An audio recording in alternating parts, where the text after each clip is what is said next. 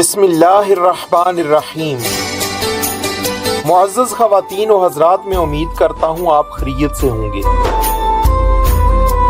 اور میری دعا بھی ہے کہ اللہ پاک آپ کو سدا عافیت کے سائے میں رکھے، آمین۔ السلام علیکم ورحمۃ اللہ وبرکاتہ۔ حضرت سلیمان علیہ السلام کی کرسی کوئی عام کرسی نہیں تھی،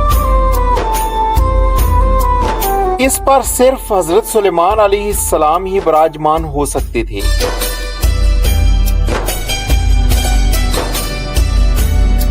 اس کرسی پر آج تک کوئی نہیں بیٹھ سکا۔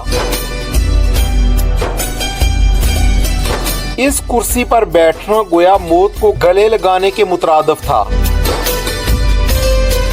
جس کسی نے بھی حضرت سلیمان علیہ السلام کے تخت پر بیٹھنے کی کوشش کی، وہی پر موت کے گھاٹ اتر گیا۔ ناظرین محترم، اب سوال یہ پیدا ہوتا ہے کہ آخر حضرت سلیمان علیہ السلام کو یہ پراسرار کرسی بنوانے کی ضرورت کیوں پیش آئی، اور اس کرسی کو بنانے میں کون سی ایسی اشیاء کا استعمال کیا گیا؟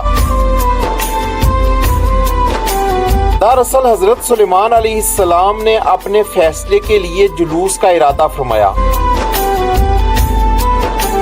تو شیاطین یعنی جنات کو حکم دیا کہ وہ ان کے لیے ایک نادر الوجود اور عمدہ کرسی تیار کریں، جس کی صفت یہ ہو کہ جھوٹا مدعی یا گواہ اس کو دیکھنے سے گھبرانے لگے۔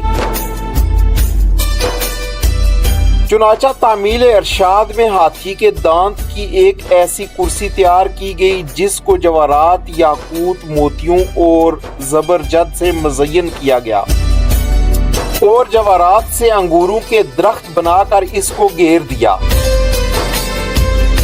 جس میں سونے کے 4 اور کھجوروں کے درخت ایسے تھے جن کی شاخیں چاندی کی بنائی گئی۔ ان میں سے 2 درختوں کی چوٹی پر گرد بنائے گئے تھے، اور اس کرسی اور تخت کے دونوں گوشوں پر سونے کے 2 شیر تھے جن کے سروں پر سبز زمرد کے ستون نصب کیے گئے تھے۔ اس طرح جنات نے اس تخت کو ایسے سخت پتھر پر رکھا تھا جس کے نیچے سونے کا ایک شرد بنا ہوا تھا جو اس تخت کو گھماتا تھا۔ چنانچہ جب حضرت سلیمان علیہ السلام اس نیچے درجے پر چڑھتے تو وہ کرسی اور تخت اپنے تمام سامان کے ساتھ جو اس کے ساتھ متعلق تھا چکی کی طرح گردش میں آ جاتا تھا، اور گدھ اور مور اپنے بازو پھیلا لیتے تھے، نیز شیر اپنے ہاتھ پھیلا کر دم کو زمین پر مارنے لگتا تھا، اور ہر درجے میں صعود پر یہی کیفیت پیدا ہوتی تھی، یہاں تک کہ جب حضرت سلیمان علیہ السلام بلائی منزل پر پہنچتے تو دونوں تیزی کے ساتھ تاج کو ان کے سر پر رکھتے تھے،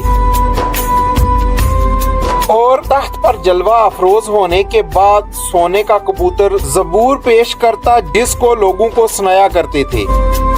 ان کے دائیں جانب علماء بنی اسرائیل سونے کی کرسی پر بیٹھتے تھے اور بائیں جانب معزز جنات چاندی کی کرسیوں پر۔ اس طرح حضرت سلیمان علیہ السلام فیصلے کے لیے جلوس فرماتے تھے، اور جب کسی معاملے میں شہادت کے لیے گواہ آتے تو وہ کرسی مع اپنے سامان کے گردش میں آ جاتی تھی، اور شیر بھی طاووس اپنے مذکورہ کام میں مشغول ہو جاتے تھے۔ یہ دیکھ کر گواہوں پر ایک ایسی ہیبت طاری ہوتی اور سچ و حق کے سوا جھوٹی شہادت نہ دے سکتے تھے۔ بس جب حضرت سلیمان علیہ السلام کا انتقال ہوا تو اس کرسی کو شاہی بخت نصر نے اپنے قبضے میں لے لیا،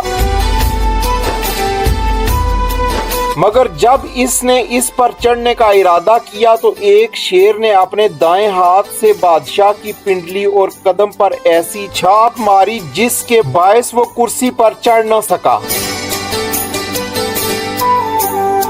اور اسی ضرب کی کرب و بے چینی میں مبتلا ہو کر مر گیا۔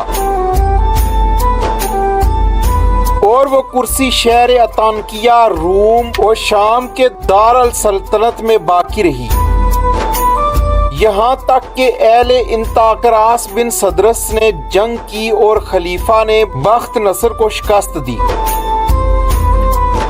اس کے بعد کرسی بیت المقدس کی طرف لائی گئی اور کوئی بادشاہ اس کرسی پر چڑھنے کے قابل نہ ہو سکا۔